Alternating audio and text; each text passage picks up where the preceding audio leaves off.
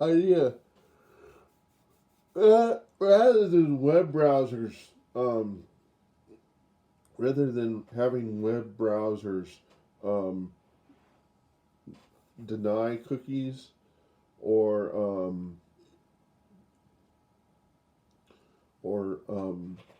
delete cookies or things like that when not in use, what would be a nice thing would be to set up rules um, or special kinds of software that would say only permit sites to use cookies that pertain to them when the majority of the data in the page is representative of them. Um, Also, that the referrer of the pages is not of another page but of them specifically, so that you have to specify through a bookmark, say, the websites that you log into. Also, um,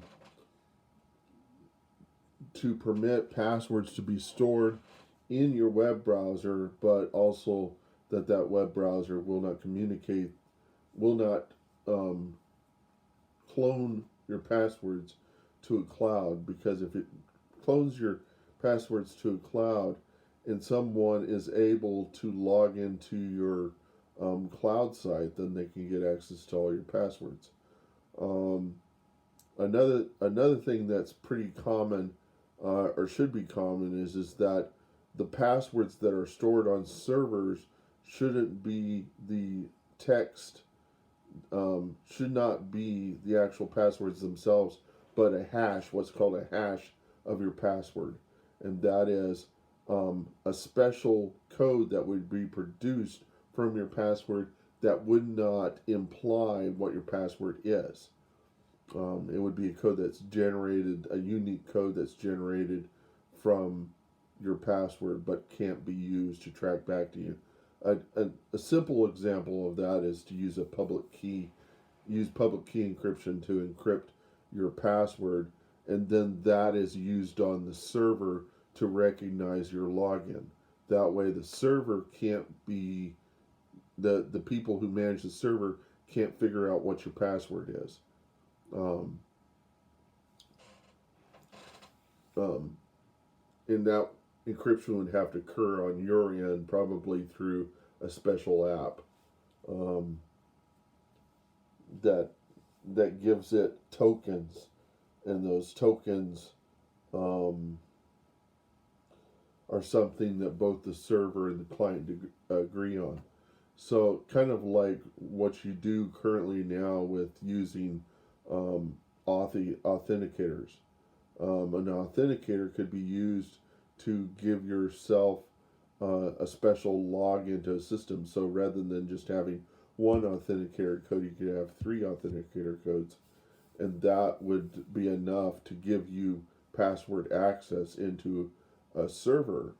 Um, and nobody else can produce those combinations of numbers, and all you need to do is do some kind of public key encryption to establish your login using the authenticator codes.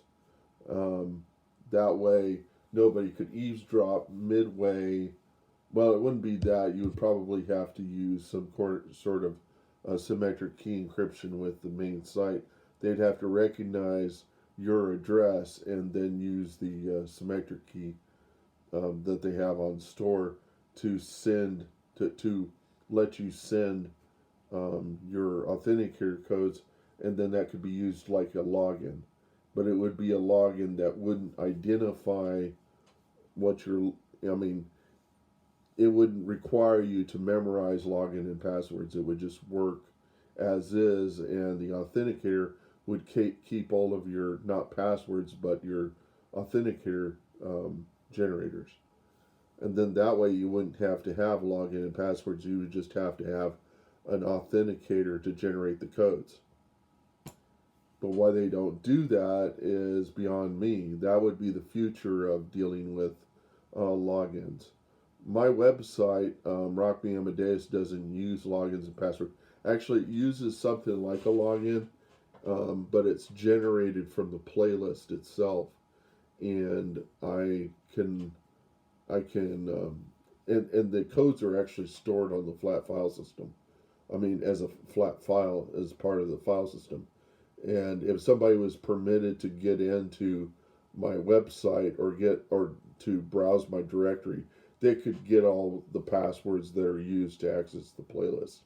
But I don't think there's any way of that happening, and I don't have any scripts that permit you to peruse the directories. In any case, I have the playlist backed up daily, so if anything does happen to them, I can just load in the backups and possibly even change the passwords on the playlist. That would be fairly easy. Actually, the playlist passwords are derived from a. I've got a database of about 20,000 musicians, and the password is generated from a random number plus the musician's name, and then it combines it together and creates a special code. And if you can remember the numeric code and you can remember the name of the group, you can actually generate the special code that's necessary to access the playlist. But when you create the playlist, all you need to do is bookmark the accessor, and I've got catalogs full of these accessor codes, and if I want to generate the codes over again, all I have to do is look at my folder and my folder that contains all the playlists and collect the codes, and then I can generate links to access any one of the playlists. The reason why I did it this way is because I expected that people might want to collaborate on playlists, but I didn't want people to use logins and registration. I didn't want to know anything about anybody because what that carries with it a certain amount of legal kind of it you it you have to tell people ahead of time what you're going to use their login registration for, because otherwise, if you don't, it makes you liable, and I didn't want to deal with that, so I just basically made it so that I can only put cookies on people. I can put their playlists out, but I can't ask them for private information. And I don't want to, because it really doesn't make any sense for my site to collect that information. Um, but in any case, I didn't. My website is free of advertisements. I don't put advertisements on it. The only advertisements that I put out in front of people is to find the site so that they'll have a source of media and entertainment where they're not being, even if they're going to be tracked by YouTube, it's not going to, threaten their person, unless for some reason your boss wants to know if you were watching music videos on your company time. But in any case, I don't think any such things could be collected anyhow without being a liability to the people that would be trying to get that information anyhow. So anyhow, cookies are, though people are afraid of cookies, there are ways to keep cookies from spreading across sites, and that's by tracking the pages that are actually being able to specify the instances where cookies could be used on a page. and having somebody fine tune this. And so there's probably organizations out there that track how cookies are used and are um, able to set permissions to cookies based upon what page you're on, how much data there is in the page that pertains to that one site, how much pertains to other sites that are interested, and things like that.